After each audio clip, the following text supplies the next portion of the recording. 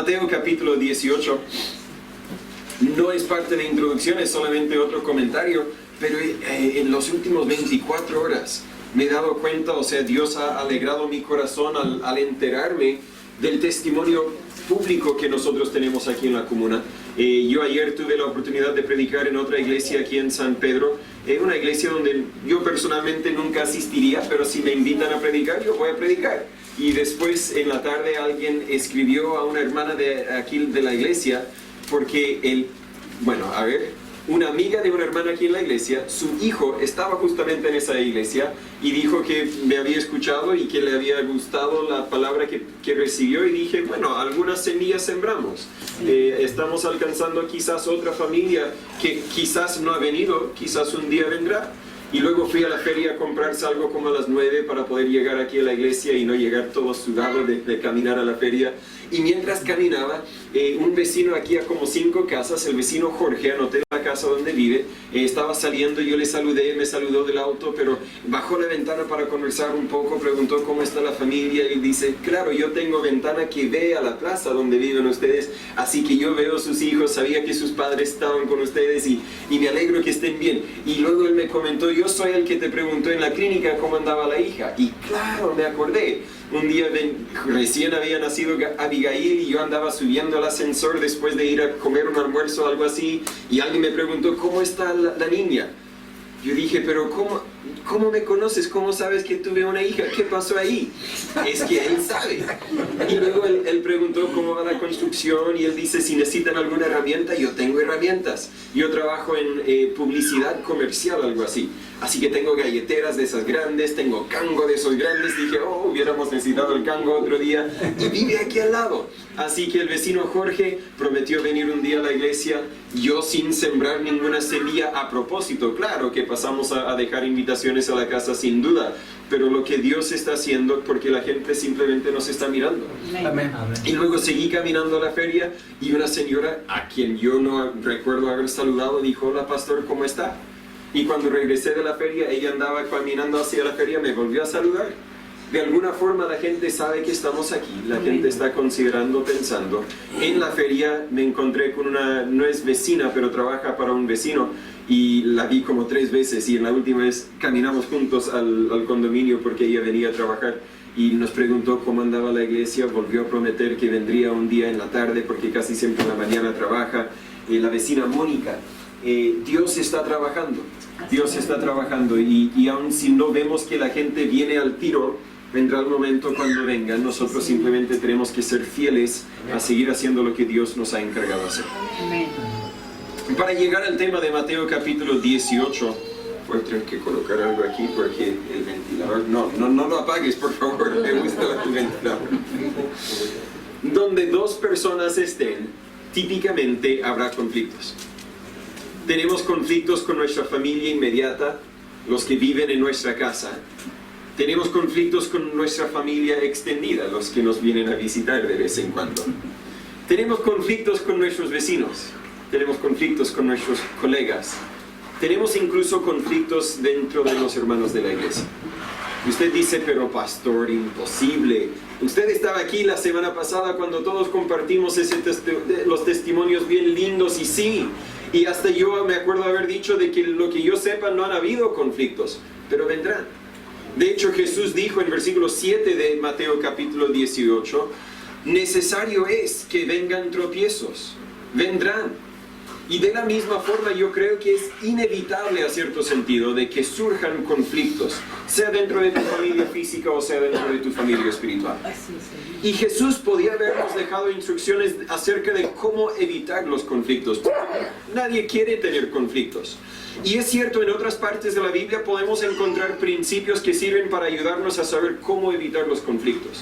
Pero aquí Jesús toma por dado que habrán conflictos y enfoca su consejo en lo que yo encuentro aún más práctico. ¿Cómo resolver estos conflictos? Habrá conflictos. Podemos reducirlos, pero no podemos evitarlos por completo. ¿Cómo vamos a responder cuando surgen estos conflictos? Mateo capítulo 18, versículo 15, Jesús dice, por tanto, si tu hermano pecare contra ti, ve y repréndele estando tú y él solos. Si te oyere, has ganado a tu hermano. Mas, si no te oyere, toma aún contigo 1 o 2, para que en boca de 2 o 3 testigos conste toda palabra. Y si no los oyere a ellos, dilo a la iglesia. Y si no oyere a la iglesia, tenle por gentil y publicano. De cierto os digo, todo lo que atéis en la tierra será atado en el cielo, y todo lo que desatéis en la tierra será desatado en el cielo. Otra vez os digo, que si 2 de vosotros se pusieren de acuerdo en la tierra, acerca de cualquier cosa que pidieren, les será hecho por mi Padre que está en el cielo. Porque donde están 2 o 3 congregados en mi nombre, ahí estoy yo en medio de ellos. Señor, Padre, gracias por tu palabra, gracias por este momento que tenemos para estar reunidos. Gracias, Señor, que hoy día ya no somos solo 2 o 3, sino somos un buen grupo que usted ha traído a este lugar. Pero, Señor, yo prefiero tener 2 o 3 y estar en armonía que tener 200 o 300 y estar en puro conflicto. Ayúdanos, Señor, a entender las verdades suyas que usted quiere enseñarnos en este momento, pero no tan solo a entenderlas, sino a someter nuestras vidas, someter esta iglesia a las instrucciones que usted nos ha dejado. Ayúdanos a ser obedientes a tu palabra. Y, Señor, si hay alguno que no conoce tu amor, que tal vez no entendió los himnos que cantamos, Señor, obra en sus vidas para que puedan conocer que Jesús también murió por ellos, que ellos también puedan ser hijos suyos. Guíanos en este momento, háblanos por medio de tu palabra, en el nombre de Jesús se lo pedimos. Amén. La Biblia es nuestro manual de la vida, y tal como un manual del auto o de la aspiradora, nos instruye cómo usarlo, cómo mantenerlo e incluso también cómo repararlo. En el mismo sentido, la Biblia nos enseña cómo usar nuestras relaciones con otras personas, cómo contarles de Cristo, por ejemplo, cómo mantener esas relaciones e incluso cómo restaurar esas relaciones. Vamos a ver lo que debemos hacer cuando otras personas pecan contra ti. Pero antes de estudiar las instrucciones de Jesús, veamos algunas condiciones para estos consejos. Primero, entendamos que estas instrucciones, estos consejos, solo son relevantes cuando el ofensor es tu hermano. Jesús dice en versículo 15, por tanto, si tu hermano pecare contra ti. Como mínimo, eso significa que el que te ofendió profesa ser creyente.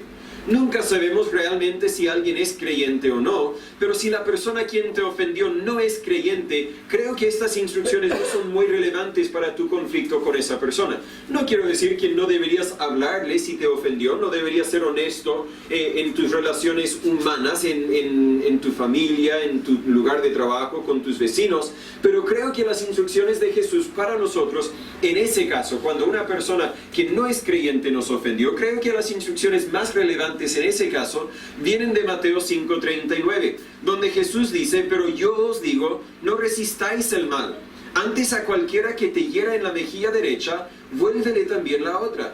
Pastor, ¿qué quieres decir con eso? ¿Que debo dejar que me insulten y no hago nada? No, vuelvo a insistir que puedes hablar con la persona, pero deberías aún así mantener una relación amistosa con la otra persona, aun si te hizo mal. ¿Por qué? Porque si tú respondes al decir, bueno, ya no le hablo más, ¿cómo vas a cumplir el mandamiento de Marcos 16:15, nuestra necesidad de predicar el Evangelio a toda criatura? Incluso las criaturas que te hicieron mal. Tenemos que predicarles el Evangelio, y si les tratamos mal o si cortamos la relación que tenemos con ellos, no podemos contarles el Evangelio. Creo que al decir que el ofensor es tu hermano, también incluye que sea un hermano en tu iglesia local. Versículo 17 habla de la posibilidad y quizás la necesidad de llevar el tema a la iglesia. Esto no se refiere a una iglesia universal o invisible, sino una iglesia local y visible como esta iglesia aquí. Y entiendo que este consejo es específicamente para conflictos dentro de miembros de tu iglesia, esta iglesia. Claro que podemos aplicar los mismos principios que Jesús enseña aquí para conflictos que pueden surgir entre miembros de tu familia, tus colegas, etc. Pero Jesús está dando instrucciones específicamente para los conflictos que surgen dentro de la misma iglesia. No tan solo aplican solo si el ofensor es tu hermano, sino también vemos la condición de que si el pecado o la ofensa es grande. De nuevo, Jesús dice, si tu hermano pecare contra ti. No dice si tu hermano te insulta, si tu hermano te ofende, sino dice si tu hermano pecare contra ti. Esta palabra literalmente se refiere a una ofensa que también es un pecado. Seamos honestos, hay ofensas que no son pecados. Nadie me dijo, pastor, esa corbata se ve bien antigua. Ese tal vez si alguien me lo hubiera dicho, yo, ¿por qué me dijo eso? No, yo tengo que seguir los principios aquí porque me ofendió. No, me dijo algo quizás que no me agradó, pero realmente no es tema que tenemos que conversar y llevarlo a la iglesia porque el hermano o la hermana insultó mi corbata. Y de hecho sí es antigua. Bueno, punto aparte. Hay ofensas que no son pecados. Ocurren cada día en nuestra familia. ¿Por qué? Porque tenemos hijos chicos. Ocurren cada día. Esta mañana, si yo hubiera sacado la lista, fácilmente ocurrieron 10 ofensas antes de venir a la iglesia. ¿Por qué? Porque así somos como seres humanos. Un hijo viene a decirnos que otro le pisó el dedo. Bueno, no es pecado que le haya pisado el dedo, fue un accidente. Entiendan, no es un pecado. Otro hijo viene a decirnos que su hermano no quiere compartir su juguete. Bueno, tal vez no es muy benigno, pero tampoco es pecado. No vamos a castigarlo en ese sentido, vamos a enseñarle cómo compartir, cómo existir en armonía. Pero si mi hermano me pegó, si mintió a mis padres, si me robó el juguete, ahí tal vez sí estamos hablando de un pecado. No estamos hablando de pecados entre hermanos espirituales, son pecados entre hermanos carnales. Pero demanda otro tipo de acción de nuestra parte. Pero cuando es una ofensa menor, puede ser ignorada. Ahí creo que lo más relevante es lo que la Biblia nos enseña en Proverbios 19:11. La cordura del hombre detiene su furor y su honra es pasar por alto la ofensa. Bueno, la hermana me dijo que mi corbata es antigua, pero quizás tenía buenas intenciones, no tengo que decir nada. Puedo pasar por alto la ofensa.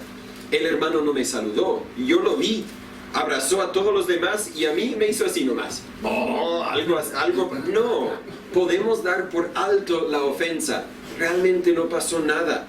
Incluso creo que las ofensas que puedes ignorar, muchas veces deben ser ignoradas.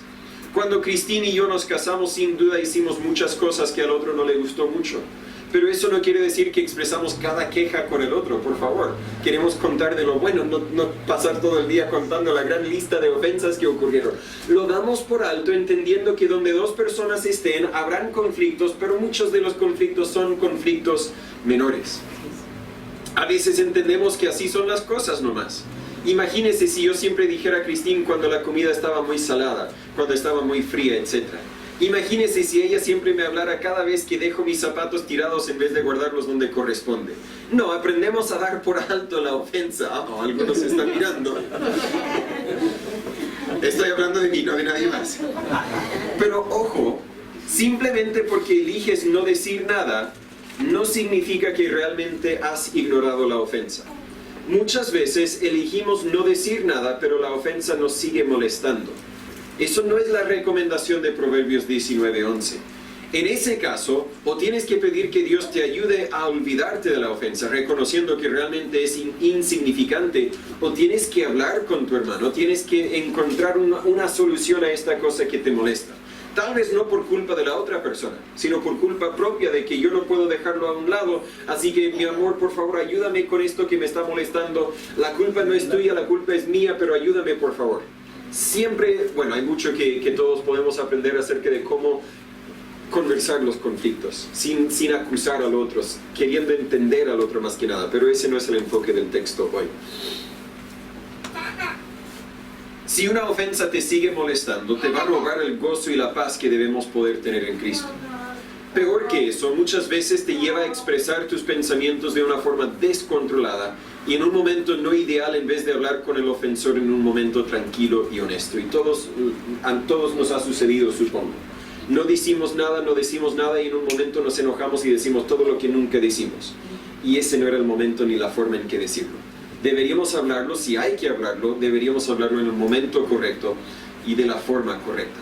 Si puedes ignorar la ofensa, si no te seguirá molestando, ignóralo. Pero si la ofensa es demasiado grande, si literalmente es un pecado contra ti, tienes que seguir estas instrucciones. Y por último, antes de repasar los pasos o las instrucciones que Jesús da, también vemos el requisito de que el objetivo tiene que ser ganar a tu hermano. Dice en versículo 15 al final, si te oyere, has ganado a tu hermano. Muchas veces hablamos con otras personas sin querer ganar a mi hermano, querer vencer a mi hermano. Eso no es lo que refiere con ganar a mi hermano. Quiere decir restaurar la relación. Pero muchas veces hablamos con alguien para querer demostrar que yo tengo la razón y tú no, que yo soy mejor que tú debes pedir perdón de mí porque yo soy más importante que tú, etcétera, etcétera. Esa no es el propósito de las instrucciones que leemos aquí en Mateo capítulo 18. Si tú vas a hablar, oye, tengo algo que decir contra ti, baja ese dedo, tu corazón no está listo para hablar con la otra persona, ¿verdad? Deberíamos hablar con intenciones de ganar o restaurar la relación que teníamos con nuestro hermano. Si tomas estos pasos, si sigues las instrucciones del manual, pero con la intención de condenar a tu hermano o establecer que tú tenías la razón, entonces están sumando ofensas a ofensas. En vez de ganar a tu hermano, podrías terminar perdiéndolo más de lo que le habías perdido. Y explicaremos este concepto en mayor detalle en un momento. Entendiendo que estas instrucciones solo son para cuando quieres restaurar una relación fracturada a causa de ofensas pecaminosas cometidas por tu hermano, veamos lo que debemos hacer en esos casos. En primer lugar, en el versículo 15, debemos hablar con nuestro hermano. De hecho, la palabra aquí es más fuerte que hablar. La palabra es repréndele. Si tu hermano pecare contra ti, ve y repréndele, estando tú y él solos. Quizás la traducción más precisa aquí sería redargúyele, como algunas traducciones más antiguas tienen. Es la misma palabra que encontramos en Juan 17:8, cuando Jesús, hablando del Espíritu Santo, dice: y cuando Él venga, redarguirá al mundo de pecado y de justicia y de juicio. Es decir, de alguna forma, convéncele, hazle entender lo que tú entiendes, hazle entender la ofensa y la gravedad de su ofensa. Conlleva el significado de usar el razonamiento para convencer a una persona de su error o simplemente de dar a luz el error. Y otra vez, repito, esto es para las ofensas más grandes, las ofensas que literalmente son pecados. Si es que te miró feo, no te saludó, no te permitió hablar cuando querías hablar, este versículo no aplica a tu circunstancia. Igualmente podrías hablar con tu hermano. Podemos ser honestos el uno con el otro. Pero aún en ese caso, debes tener mucho cuidado con lo que digas y la forma en que lo digas. Si no hablas con mucho cuidado, podrías crear una ofensa grande de una ofensa menor. Y yo puedo dar ejemplos que ya se me olvidaron, así que no se lo puedo dar. De veces cuando yo quería decir algo, quería simplemente conversar algo, una pequeña ofensa que yo sentí, pero lo dije de tal forma que ahora la otra persona terminó sintiendo más ofendido de que yo había sentido. No sé si explico la idea, pero al no elegir bien mis palabras, creo más ofensas en vez de resolver las ofensas. Mi suegra se acaba de ir, así que puedo hablar de ella y no voy a hablar mal de ella. Si estuviera aquí, bueno, cuando estaba aquí hablé de ella y ella no entendió lo que decía y eso se puso raro, así que... Pero durante su tiempo con nosotros nos ayudó con muchas responsabilidades de la casa y de los niños. Ayudó a cuidar los niños, ayudó especialmente con Abigail, ayudó también con lavar los platos. Fue una bendición en muchos sentidos, pero quizás no en todo sentido y todos creo entendemos lo que sucede ahí. Solo en el sentido de que ¿quién es pura bendición? Todos molestan un poco, pero nos amamos y de verdad anticipamos que puede volver a estar con nosotros. Pero Cristina observó que lo que hacía para ayudar, lo hacía con una actitud que a nosotros nos hizo pensar que no le gustaba ayudar, que solo estaba ayudando por una obligación. Entonces, bueno, tal vez no decimos nada porque vemos que ya anda molesta. No, pero deberíamos decir algo, porque si ella no quiere ayudar, pues no tiene que ayudar. Vino para pasar tiempo con los nietos, para estar con nosotros, no tiene que ayudar. Y al final de conversarlo, ya, vamos a conversar con ella. Pero no vamos a decir, oye suegra, ¿por qué anda siempre molesta? No va a resultar. Así que dijimos, suegra, muchas gracias por lavar los platos, pero entienda que no tienes que lavar los platos si no quieres lavar los platos. No, sí, vine para ayudar. Creo que ella está diciendo, de verdad no me gusta, pero quiero hacerlo porque siento que es lo que puedo hacer para ayudar. Y al final comunicamos sin acusar, solo queriendo entender y terminamos mejor que antes. Pero si hablamos con ofensas menores solamente para acusar, va a terminar peor que antes. Habla con tu hermano, pero en vez de condenar, en vez de dar órdenes, en vez de decir que yo soy el mejor, hablemos para poder entendernos. En el mismo sentido, si yo cometo un error que realmente es un pecado, háblame. Ayúdame a conocer mi error. Pero no me hables para acusarme, sino para ayudarme a entender tu perspectiva. pastor, no me gustó ese chiste que compartiste. Suena mucho mejor que, pastor, ese chiste era ofensivo y deberías pedir perdón de Dios. ¿Verdad? Hay dos formas de decir la misma cosa, pero digámoslo de la forma que no suena ofensivo. ¿Por qué? Porque somos hermanos en Cristo y queremos ayudarnos los unos a los otros. Y yo espero que si yo tengo que hablar con uno para corregir algún error, espero que yo pueda llegar con esa misma actitud. Suponiendo que la ofensa es grande, que es un pecado, debo hablar con mi hermano para corregirle. No sirve decir, hermano Tito, no me pareció muy bien como tomaste el dinero de la ofrenda y lo metiste a tu bolsillo. Pero no me pareció bien que andas robando de la ofrenda. Dije hermano Tito porque no creo que hay un Tito aquí. Sí, hay un Tito, no estoy acusando a nadie. Hay nombres que desconozco, así que perdónenme. No, cuando es una ofensa no podemos llegar así nomás. Deberíamos llegar un poco más duro y decir, hermano Tito, te vi tomar de la ofrenda. ¿Realmente robaste o mal entendí la situación? Y muchas veces, antes de seguir, tal vez no estaba en mis notas, pero muchas veces tenemos que aclarar lo que creemos que hemos visto, ¿verdad? Muchas veces vemos algo y juzgamos al tiro y después nos enteramos que habíamos juzgado mal. Así que haz una pregunta para entender si realmente lo entendiste, y cuando es necesario, sí, puedes reprender, puedes condenar, puedes decir que lo que hiciste está mal. Pero observa que deberías hacer esto en privado. En Mateo 18:15, si tu hermano pecare contra ti, ve y repréndele estando tú y él solos. Si alguien te ofendió o pecó contra ti, habla con él o ella en vez de otra persona. Muchas veces si hablas con otra persona primero, haces crecer la ofensa de tal forma que ahora será mucho más difícil resolver el problema y restaurar la relación. Incluso sucede muchas veces que mal entendiste la situación y al chismear realmente estás mintiendo y cometiendo una mayor ofensa a la que imaginabas haber observado. Háblale en privado y háblale de tal forma que expresa que anhelas ganar a tu hermano en vez de perderlo.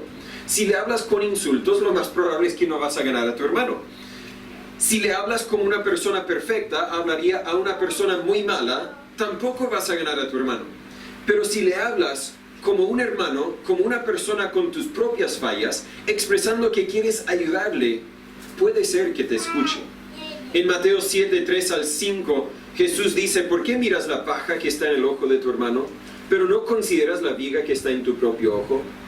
¿Por qué vienes a condenar a tu hermano por una ofensa menor cuando tú sabes que en tu vida has cometido pecados mayores que esos?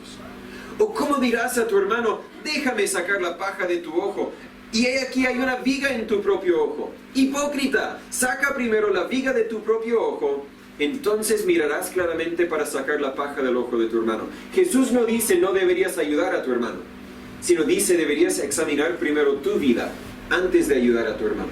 Y cuando examinas tu vida, cuando te acuerdas de lo que Dios ha hecho por ti, que Cristo me haya salvado, tan malo como yo fui, me deja maravillado, pues Él se entregó por mí.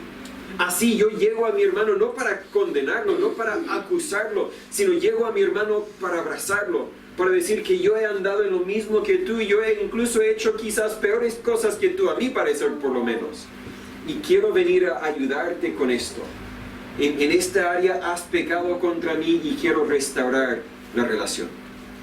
Recomiendo, lo mencioné antes, empezar siempre con preguntas para aclarar el tema, pero también empezar con preguntas para hacerlo pensar. Mi mamá era genia en este sentido, lo dije muchas veces, porque ella aprendió cuando yo era adolescente que si ella venía para acusarme, si ella venía y me veía jugando en el computador cuando me quedaban trabajos que hacer, y ella decía, Natán, estás perdiendo el día jugando en ese computador, yo me ponía las defensas y no le escuchaba. Si la escuchaba porque me obligaba nomás y me enojaba con ella. Pero si ella decía, Natán, ¿crees que jugar computador es la mejor inversión de tu tiempo? Le hubiera respondido, claro que sí. Y ella lo hubiera dejado así y yo sigo pensando, ¿sabes? Ella tiene razón. Hubiera seguido jugando un ratito más y lo hubiera pagado para empezar a hacer lo que yo tenía que hacer, porque no vino para acusarme, sino vino para hacerme una pregunta. Tenía toda la autoridad para acusarme, tenía toda la autoridad para obligarme, pero ella entendió que una pregunta, una palabra suave en vez de áspera, ¿verdad? Una pregunta muchas veces logra mucho más que una acusación. vemos en la vida de Jesús que, claro, Él predicó y condenó a los fariseos y los escribas, pero rara vez resultó en un cambio de corazón en ellos. Cuando produjo cambios de corazón, muchas veces habló con preguntas, habló de una forma más suave, habló sin condenar. Tenemos el ejemplo de la mujer samaritana. No vino y dijo, es que tú eres una mujer muy mala porque has tenido muchos esposos y el con quien estás ahora. No, lo dijo de una forma para hacerla entender, yo conozco, no vine para condenarte, pero conozco tu situación. Tenemos a Zaqueo. Jesús no llegó a su vida para condenarlo y predicar en contra de la forma en que él había robado a la gente. Y al simplemente estar con Zaqueo produjo un cambio en la vida de Zaqueo. Tenemos a la mujer tomada en adulterio y todos querían condenarla y Jesús dijo, ¿dónde están tus acusadores? Y ella dijo, no están. Y él dijo, ni yo te condeno, ve y no peques más. Cuando deberíamos hablar con nuestro hermano, cuando tenemos que hablar con nuestro hermano, deberíamos reprenderlo, pero eso conlleva la idea de hacerlo entender su ofensa sin condenarlo, sin acusarlo. Recomiendo siempre hablar en amor. Efesios 4:15 dice, antes hablando la verdad en amor. Crezcamos en todas las cosas en aquel que es la cabeza, en Cristo. Otra vez, palabras suaves en vez de ásperas. Si no puedes hablarle en amor, mejor no le hables. Pide perdón de Dios por la amargura, por el odio o el enojo de tu corazón y espera hasta que puedas hablarle en amor. Y ojo, si empiezas a gritar, ya no estás hablando en amor. Pero sin tener que escuchar, sin tener que entender tus palabras, si yo puedo escuchar tu tono de voz, yo puedo identificar si lo más probable es que estés hablando en amor o en amargura. Si estás hablando suave o de una forma fea. Si estás hablando para el bien del otro o simplemente para sacar algo de tu pecho. Deberíamos hablar con amor. Y recomiendo también no esperar mucho tiempo para empezar esta conversación. En Mateo 5:25 Jesús dice, ponte de acuerdo pronto con tu adversario mientras estás con él en el camino. No sea que el adversario te entregue al juez y el juez te entregue al alguacil y seas echado en la cárcel. Me acuerdo que durante mi primer año de empleo tenía que hacer un trámite para mi certificado de profesor. Era un certificado, un trámite que tenía que hacer con la oficina estatal, pero yo no lo podía hacer. La oficina central de ese colegio, ese sistema escolar, tenía que hacer el trámite por mí. Así que yo envié los papeles a ellos enviaron los papeles a la oficina central. Esperé unas 2 semanas y llamé a la señora que estaba encargada de eso para ver si había una respuesta. Y ella me dijo, Natán, yo no sé nada. Y yo repetí lo que escuché. Gracias, tú no sabes nada. Y lo dejé ahí. 2, 3, 4 semanas después, mi director viene a mi oficina y dice, Natán, ¿por qué dijiste a la señora en la oficina central que ella no sabe nada? Eso no es lo que dije. Bueno, es lo que dije, pero no es lo que dije. Y si ella me hubiera hablado a mí, en vez de hablarle a él, no hay ninguna ofensa. Pero si ella habló a él, ¿a quién más habló? Y esta cosa ya estaba fuera de mi control, fuera de lo que yo podía hacer para arreglarlo.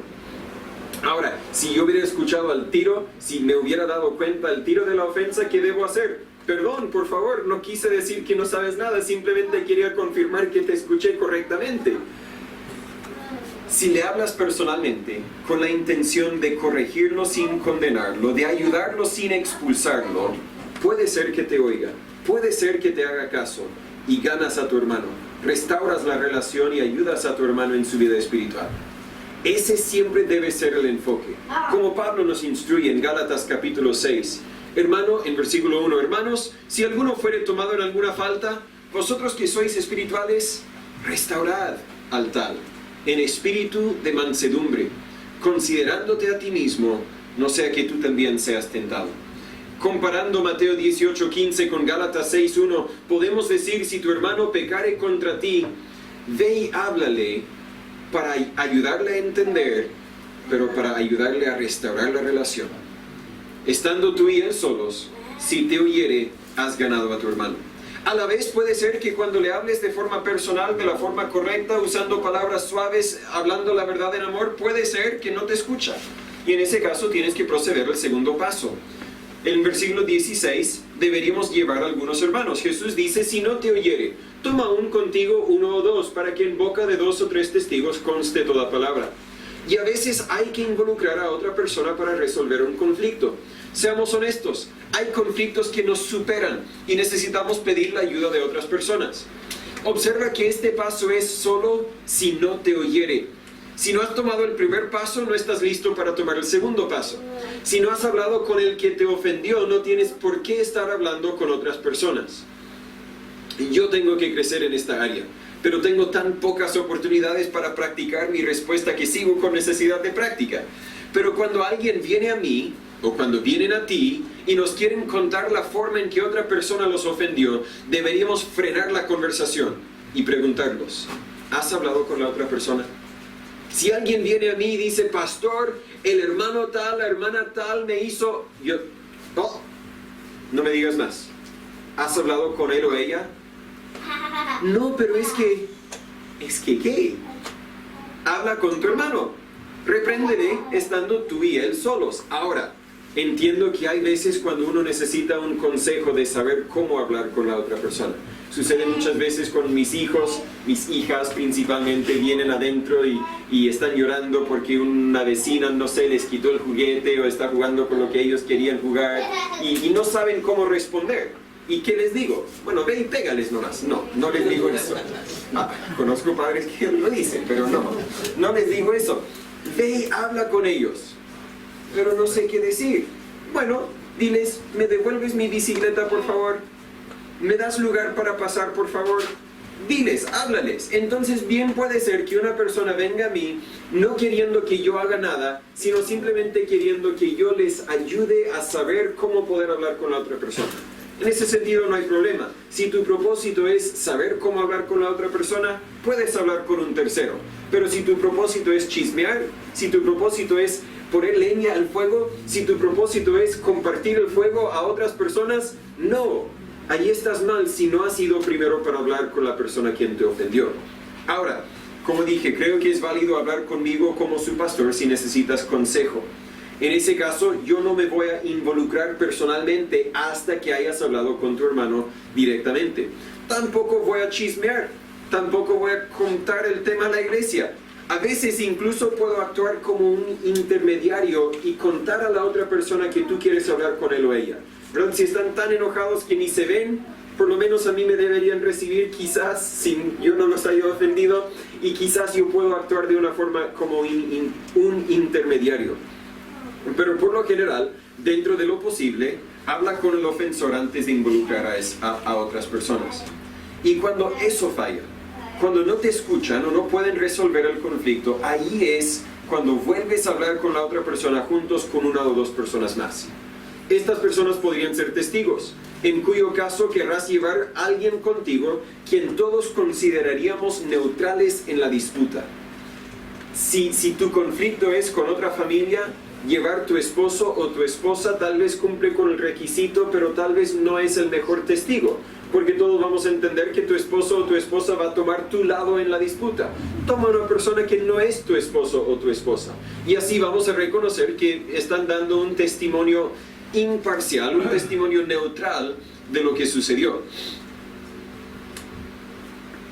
Y en ese caso, el testigo vendría simplemente para escuchar, mientras que tú vuelves a hablar con el ofensor. Y así esta persona podría, si es necesario, informar a la iglesia que sí, efectivamente tú quisiste resolver el conflicto, pero la otra persona no quiso resolverlo. Quizás incluso la otra persona te ofendió, la otra persona te insultó, etcétera, etcétera. Son testigos en ese caso. Pero también veo que estos terceros, estas otras personas, podrían también interactuar como mediadores, ya que el versículo 17 dice, si no los oyere a ellos. Es decir, no vienen simplemente para escuchar, sino vienen también para aconsejar, vienen también para hablar, vienen también para apelar al razonamiento del hermano. Suceden conflictos cada día en mi casa, lo mencioné antes. Mis hijos pelean por un juguete, por un puesto en el sofá, por quién se va a subir las escaleras primero. Ambos creen que están en lo correcto, así que hablar el tema el uno con el otro no va a resultar, porque van a seguir peleando y son niños inmaduros. Involucrar a otro hermano, especialmente si involucran a Anita, a veces ayuda, porque Anita viene y dice, tú haz esto, tú haz el otro, y a veces siguen peleando, pero muchas veces hacen caso a la autoridad de la hermana mayor. Y ahí se acabó el conflicto. Así que a veces involucrar a otro hermano resulta, pero a veces no. Y a veces los padres tenemos que entrar. Y a veces entramos como autoridades. Y eso se asemeja al tercer paso que vamos a ver en un momento. A veces entramos y decimos, mire, así va a ser. A veces entramos como mediadores buscando la paz familiar.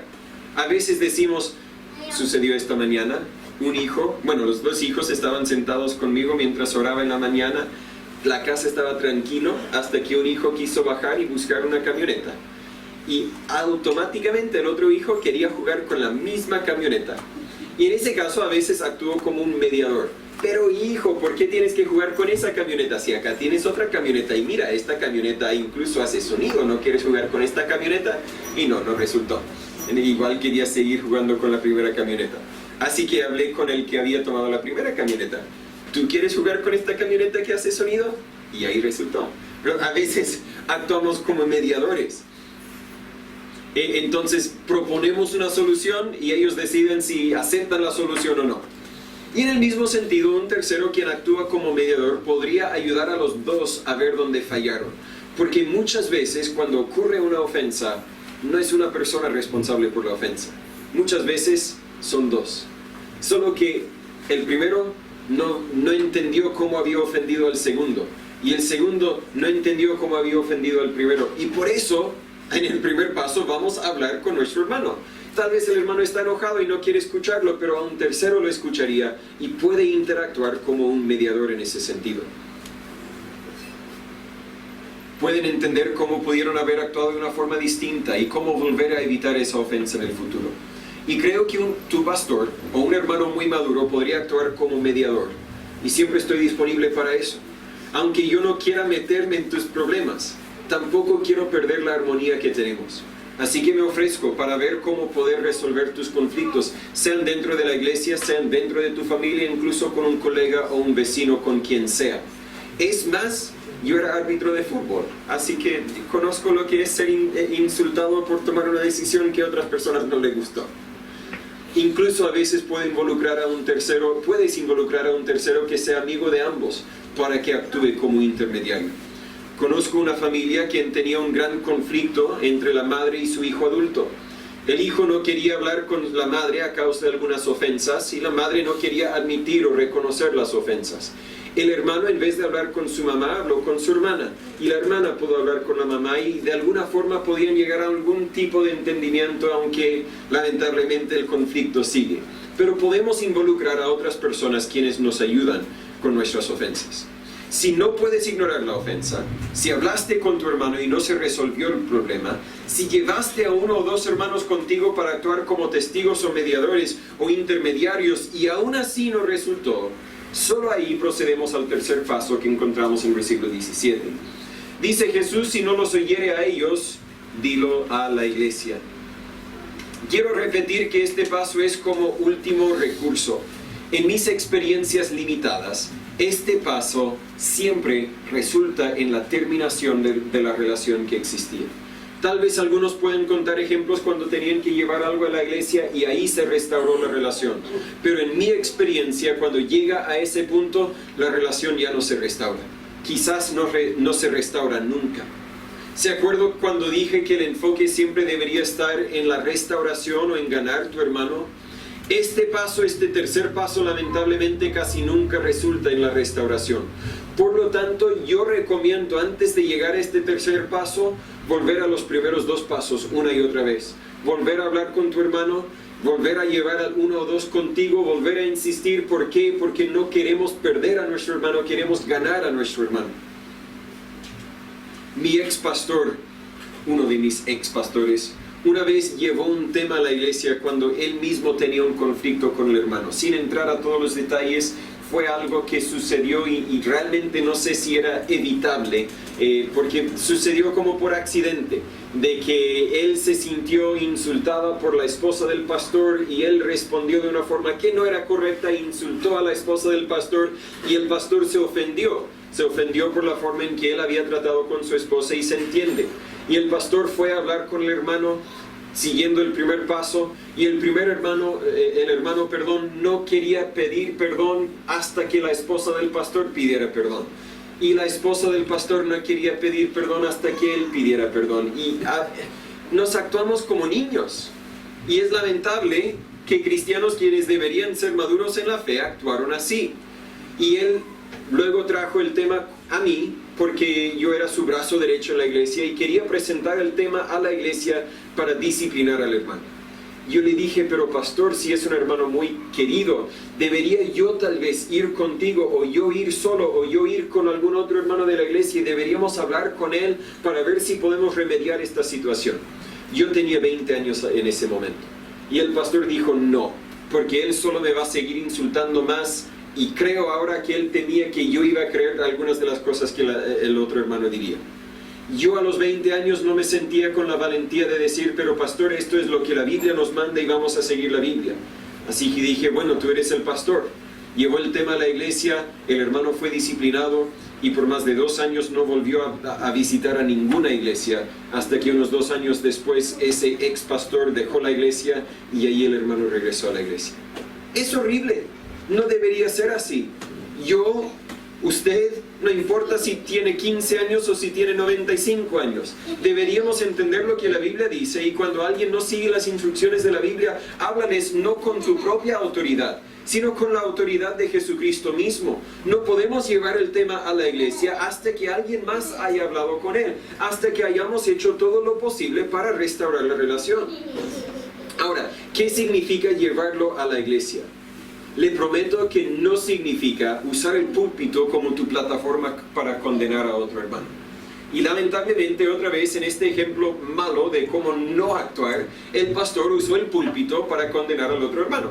Usó el púlpito para decir que él era, y no voy a repetir las cosas porque ni me acuerdo lo que dijo. Y este pastor lamentablemente tenía el hábito de hacerlo antes. Yo hubiera reconocido que eso es una indicación de inmadurez y hubiera huido de esa iglesia mucho antes. No habían otras iglesias buenas cercas, pero parece que esa en ese momento tampoco era muy buena. El púlpito no es para condenar a otras personas. Si yo conozco que hay personas quienes viven juntos pero no están casados, yo no voy a decir, y ustedes hermanos están viviendo en pecado y deberían casarse. No, se lo voy a decir personalmente. Sí, si yo creo que tengo el derecho, si les conozco, si tengo la confianza, voy a ir y decir, mire, entiendo que no se han casado todavía. Es cierto. ¿Y todavía viven juntos? También es cierto. Entonces la Biblia dice que están viviendo en pecado y deberían casarse. Lo voy a decir de esa forma, no lo voy a decir del púlpito. ¿Por qué? Porque no es tema para toda la iglesia saberlo. Hay momentos cuando tenemos que hacer algo público, cuando se hizo algo que dañó el testimonio de la iglesia. A eso no se refiere Jesús aquí. Cuando Él dice tenemos que llevar el tema a la iglesia, no quiere decir que deberíamos usar el púlpito para condenar. El púlpito es para edificar, no para atacar. Llevarlo a la iglesia se refiere a presentar el tema a la autoridad espiritual que Dios ha establecido en la tierra para que esa autoridad decida el tema. Tal como el rey Salomón buscó resolver la disputa entre las dos madres. El pastor no es el rey o la autoridad, sino que la iglesia es la autoridad. Vean versículos 18 al 20 otra vez. De cierto os digo, todo lo que atéis en la tierra será atado en el cielo, y todo lo que desatéis en la tierra será desatado en el cielo. Con atar y desatar está hablando de lo que permites y lo que prohíbes. Si la decisión que toman como iglesia, Dios lo respeta, será también ratificada en el cielo. Otra vez os digo que si 2 de vosotros se pusieran de acuerdo en la tierra acerca de cualquier cosa que pidieren, les será hecho por mi Padre que está en el cielo. Está diciendo que cuando la iglesia está en armonía, Dios está de acuerdo con la iglesia. Porque donde están 2 o 3 congregados en mi nombre, ahí estoy yo en medio de ellos. Cuando la iglesia se reúne, la iglesia toma una decisión, después de pedir el consejo de Dios, no es solamente los miembros de la iglesia tomando la decisión, es Dios mismo también tomando la decisión, hablando por medio del Espíritu Santo que vive dentro de nosotros. Cuando en mi casa hay una disputa entre 2 niños, ellos tal vez buscan resolverlo ellos mismos, pero llega un momento cuando traen el tema a la autoridad y la autoridad toma una decisión y ahí se acabó. Y así debería ser el tema de llevarlo a la iglesia. bueno, pastor, yo creo que esto y él cree esto y ¿cómo lo vamos a resolver? Yo voy a proponer una solución sencilla, lo más sencillo posible para resolver el problema. Pero si no resuelve el problema, podemos llevarlo a la iglesia tomará un voto y esa sería la decisión final. Porque Dios dice que la iglesia tiene ese tipo de autoridad. No yo como pastor, sino nosotros como iglesia. La iglesia se involucra en el conflicto con la autoridad de Dios. Y el que resiste la decisión o la autoridad de la iglesia, resiste a Dios. Romanos 13, versículo 2. Así que el que se opone a la potestad, se opone a la ordenanza de Dios, y los que resisten recibirán para sí condenación. Por ejemplo, tal vez, y hemos dado oportunidades a otros hermanos para venir a predicar. El domingo pasado en la noche creo que 9 hermanos distintos se pusieron en el púlpito y predicaron. Supongamos que un hermano está enseñando y dice algo que bíblicamente no es cierto. Otro hermano tal vez lo interrumpe y el culto desciende en caos. No debería ser así, debería hablar con él después. Si es algo muy importante, el pastor tal vez lo va a hacer callar, pero realmente si alguien en el púlpito dice algo que no es cierto, por lo general le voy a dejar que siga hablando. En inglés tenemos un dicho, le damos suficiente cuerda para que se ahorque. Creo que lo dije bien, ¿verdad? Lo dejemos hablar, lo dejemos hablar, lo dejemos hablar, y ya cuando terminó podemos explicar de la Biblia y ahí se acabó el tema.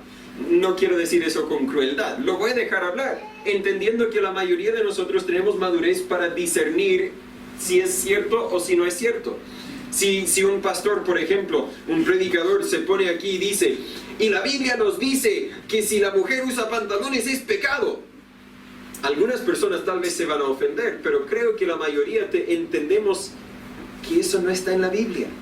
Él tal vez saca esa aplicación de algunos principios que están en la Biblia, pero eso no está en la Biblia. ¿Y qué deberías hacer si el predicador dice algo que no es cierto? Es decir, ese pobre loco no sabe lo que está hablando. Ayer, no quiero hablar mal de otras iglesias, pero ayer tenía que decir eso. Cuando alguien vino y se puso en pie y dijo, Dios me dio un sueño. Me dijo esto en revelación y se lo quiero contar a la iglesia. No, si Dios te lo dijo en la palabra de Dios, así que vamos a la Biblia y no al sueño, pero volviendo al tema. Si alguien interrumpe tal vez, no hizo lo correcto, ¿verdad? Debería haberlo hablado personalmente para corregirlo después. Tal vez el culto desciende en caos y después, bueno, tal vez el uno dice, deberías pedir perdón a mí porque interrumpiste el culto, y el otro dice, no, tú deberías pedir perdón de mí porque tú dijiste una mentira, y así tampoco resulta. Entonces, ¿qué debería hacer? Deberíamos involucrar a otra persona, quizás en ese caso el pastor, y el pastor diría, mire, los dos están mal, no deberías haber interrumpido, no hubieras enseñado algo que es una mentira, pero todos nos equivocamos, así que perdónense y listo. No, yo no me perdono. Bueno, en ese caso tenemos que llevar el tema a la iglesia, pero el tema que llevamos a la iglesia no es el tema de que alguien insultó al otro, lo interrumpió, de que alguien enseñó una doctrina falsa. El tema que llevamos a la iglesia es que alguien tiene un corazón que no puede perdonar. Ese es el tema que llevamos a la iglesia. Y en ese caso la iglesia tiene que actuar, porque tenemos manzanas podridas. Y me adelanto un poco. ¿Qué debemos hacer si no podemos resolver el problema incluso cuando lo llevamos a la iglesia? Versículo 17. Si no oyere a la iglesia, tenle por gentil y publicano. Si una persona quien se identifica como cristiano no se arrepienta cuando es confrontado primero por un hermano, luego por un hermano mayor, luego por la iglesia entera, bien puede ser que nunca era cristiano, que realmente es un incrédulo. Y si realmente es un cristiano pero se porta como un incrédulo, deberíamos tratarlo como un incrédulo. ¿Qué significa eso? Primero deberíamos excluirlos de posiciones de liderazgo.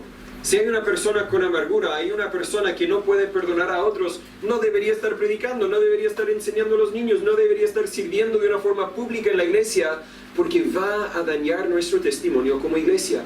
Lo dije al principio, las últimas 24 horas Dios me ha bendecido al poder reconocer el testimonio que tenemos en esta comuna. Pero si tenemos miembros, si tenemos líderes que no pueden perdonar, que no pueden vivir vidas conforme a la voluntad de Dios, vamos a perder ese testimonio. ¿Cuántos miembros con mal testimonio se requiere para arruinar el testimonio de la iglesia? Y yo creo que con uno basta. Con uno muchas personas ya no van a querer escuchar nuestro testimonio, por lo tanto deberíamos no tan solo excluirlos de posiciones de liderazgo, sino también excluirlos de la membresía si llegase a ser necesario. Pastor, eso es muy severo. Bueno, ¿qué es lo que Jesús dijo en versículo 8 de nuestro texto? Si tu mano o tu pie te hacen caer, y creo que está hablando de miembros del cuerpo, miembros de la iglesia, córtalos y échalos de ti. Pero pastor, si mi mano, mi brazo, mi pie es muy querido, claro, el mío también. Y cada hermano de esta iglesia es muy querido para mí. Pero no puedo tolerar que un miembro infecte todo el cuerpo. Hoy día en el hospital, yo no sé si hoy día en este hospital, digamos este mes en el hospital, lo más probable es que tendrán por lo menos un paciente que viene y a propósito le cortan un dedo, un brazo, un pie. ¿Por qué? Porque reconocen que si no lo cortan, esa persona va a morir. Y en el mismo sentido, como iglesia, puede llegar un momento, espero que no. ¿Quién quiere? Yo espero que un día me corten el brazo. No, nadie. Pero si es necesario, córtame el brazo. Yo tampoco anhelo excluir a miembros, cortar miembros. Pero si es necesario, vamos a hacer lo necesario para proteger a este cuerpo, para proteger a esta iglesia. A la vez, ¿cómo deberíamos tratar con los gentiles y publicanos? Debemos orar por ellos. Debemos orar por ellos. Tal vez tenemos que disciplinar, tal vez incluso tenemos que cortar, pero siempre debemos orar por ellos. Sin embargo, creo que no serán invitados ni a los cultos hasta que se arrepientan. Versículos 8 y 9 no tan solo dice que deberíamos cortarlos, sino deberíamos echarlos de ti. Si no van a arrepentirse, no están bienvenidos en venir. Queremos que vengan, pero queremos que vengan de la forma correcta. Acuérdese, el enfoque de todo esto debe ser ganar a tu hermano o restaurar la relación que una ofensa haya quebrantado. Tal como nuestros pecados hacen división entre nosotros y Dios, las ofensas graves hacen divisiones entre nosotros. Pero hermanos, somos una familia en Cristo. Los miembros de esta iglesia somos miembros de un cuerpo y debemos estar unidos. Más bien tenemos que estar unidos para poder servir a Dios. Pero ¿cómo vamos a estar unidos si hay divisiones o ofensas entre nosotros? La semana pasada pasamos un hermoso tiempo juntos en esa mini vigilia, pero lo más hermoso honestamente fue escuchar todos los testimonios de lo que Dios ha hecho en sus vidas y lo bendecido que sabemos que somos al tener esta iglesia. Pero casi todos destacaron dos cosas que nos distinguen de las otras iglesias donde han participado o visitado: la predicación bíblica y la armonía. Y tal vez no le puedo señalar un versículo que claramente enseña esto, pero estoy convencido, en mi opinión personal, que si no tenemos ambas cosas no seremos nada. Si no tenemos predicación bíblica podemos ser un club muy bonito, pero solo seremos un club, no seremos una iglesia. Y si no tenemos armonía, nadie va a querer escuchar nuestro mensaje. Si no predicamos la Biblia seremos anatema, Pablo dijo en Gálatas 1:8. Mas si aún nosotros o un ángel del cielo os predicare otro evangelio del que os hemos predicado, sea anatema. Como antes hemos dicho, ahora os digo otra vez: si alguno os predicare otro evangelio del que habéis recibido, sea anatema. Si empezamos a predicar otra cosa que la Biblia no enseña, mejor quitemos el letrero, mejor dejemos de llamarnos iglesia y decimos que somos un club religioso, porque eso es todo lo que seremos. Y si no tenemos amor los unos para los otros, ¿cómo sabrán los de afuera que somos auténticos? ¿Cómo verán el amor de Dios si no ven el amor nuestro? Jesús dijo en Juan 13:35, en esto conocerán todos que sois mis discípulos, si tuviereis amor los unos con los otros. No dice si tienen un templo muy bonito, no dice si tienen un letrero bien grande, no dice si todos vienen bien vestidos, no dice si tuviereis amor los unos con los otros. Lo repito, si no predicamos la Biblia y si no nos amamos en Cristo, no seremos nada. No importa si tenemos un templo hermoso, no importa si seamos 100 miembros, no importa si somos conocidos en la comuna. Si no predicamos la Biblia, si no nos amamos, no somos nada. Por lo tanto, yo voy a hacer todo lo posible para defender la verdad de la Biblia. Si alguien quiere enseñar una doctrina que no concuerda con la Biblia, yo me quito los guantes si es necesario.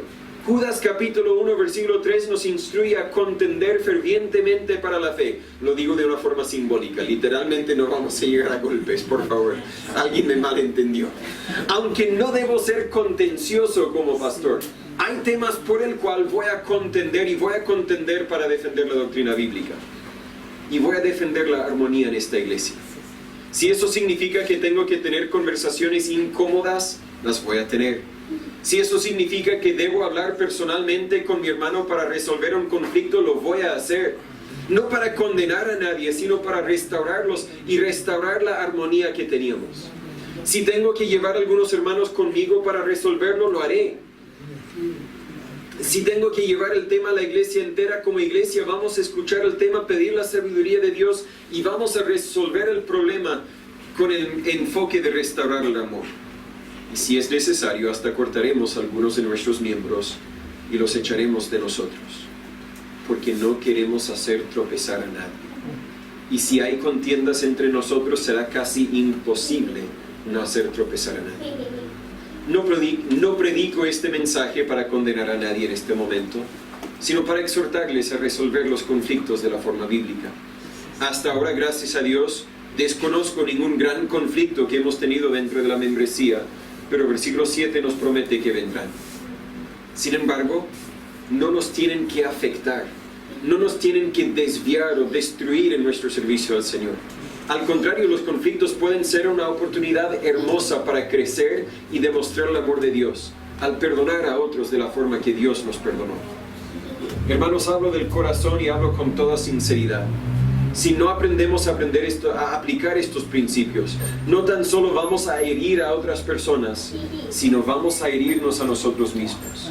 Podríamos incluso destruirnos a nosotros mismos. Y estos principios no son solo para la iglesia, son relevantes para cualquier relación. Yo conozco a una madre quien no ha visto a su hijo en más de un año pese a que viven cerca. Nietos no han visto a sus abuelos porque los abuelos en sus vidas no aprendieron a aplicar este principio. Y la lista sigue. Dios quiere que nos amemos. Debemos amarnos. Pero no es suficiente amarnos sin también seguir las instrucciones de este mandato. Habla primero con tu hermano, estando tú y él solos, y háblale para ayudarle, para ganarle. Si eso no resulta, lleva a alguien contigo que actúe como testigo, que actúe como intermediador, que actúe para buscar una solución. Involúcreme a mí, por favor, cuando se presenta la oportunidad. Si eso no resulta, podríamos llevarlo a la iglesia. Pero yo espero que en 60 años de ministerio, si Dios me bendice con 60 años, yo espero que no llegue ese momento. Porque ¿quién quiere cortarse el brazo? Y si es necesario, vamos a tratar el tema de la forma necesaria. Señor Padre, gracias por tu palabra. Espero que este mensaje no haya comunicado nada menos de tu amor hacia nosotros, el valor que usted tiene para cada persona, incluso las personas que nos ofenden, incluso las personas que nos maltratan, incluso las personas que tal vez nos insultaron. Señor, ayúdanos a responder con el amor tuyo. De que, Señor, cuando nos enfocamos en tu gracia, cuando nos enfocamos en tu perdón, nos damos cuenta que tú hiciste lo mismo con nosotros. Enviaste el Espíritu Santo para hablarnos, para convencernos, para corregirnos. Y cuando pedimos perdón libremente, lo diste. Cuando nos arrepentimos, restauraste la relación. Señor, ayúdanos a hacer lo mismo con nuestros hermanos, para que esta iglesia no tan solo predique la verdad, sino que para que también vivamos la verdad y demostremos tu amor en todo lo que hacemos. En el nombre de Jesús le pedimos todo esto. Amén. Muchas gracias una vez más por haber tomado su tiempo para estar con nosotros. Antes de que se vaya, quiero contarle el mensaje más importante de todos los mensajes. Y es la pregunta, ¿cómo puede uno saber si va a ir al cielo o no? Y la respuesta es muy sencilla. Nadie va al cielo por sí solo. Nadie va al cielo por ser suficiente bueno. La Biblia nos dice en Romanos capítulo 3, versículo 10, que no hay justo, ni aun uno. No hay nadie quien puede autoidentificarse y decir, míreme a mí, yo soy bueno, yo merezco el cielo. Yo no merezco el cielo, y tú tampoco. En mis propias fuerzas, tal como tú en las tuyas, nunca llegaríamos al cielo. Pero por eso es que Dios mandó a Jesús a morir en la cruz como nuestro sustituto, a tomar la paga de nuestros pecados. La Biblia dice en Juan 3:16, porque de tal manera amó Dios al mundo. Eso te incluye a ti tal como me incluye a mí. De tal manera amó Dios al mundo, que ha dado a su Hijo unigénito, para que todo aquel que en Él cree no se pierda, mas tenga vida eterna. Esa es una promesa de un Dios quien no falla, un Dios quien siempre ha cumplido todas sus promesas, siempre ha cumplido con todas sus profecías, siempre ha sido fiel y siempre lo será. Si usted cree en Jesús, usted recibe el regalo de la salvación, usted tendrá esa vida eterna. Pero creer en Jesús es más que creer que Jesús existe, es más que creer que Jesús es Dios, es más que creer que Él vino a la tierra y murió por tus pecados. Es aceptar que Él es el único quien puede salvarte. Es aceptar también que tú necesitas un Salvador, que tú eres un pecador, que tú mereces el infierno. Pero gracias a Él puedes tener vida eterna. Si nunca has confiado en Él, si nunca le has pedido que Él te perdonara por tus pecados, que hoy sea el día. Si aún te queda alguna duda, por favor, escríbeme, llámame, mándame un mensaje. Quiero ayudarle a conocer la verdad que realmente transformará tu vida verdaderamente. Y es el Evangelio, las buenas nuevas, que Cristo salva. Gracias por su tiempo. Que pase buen día.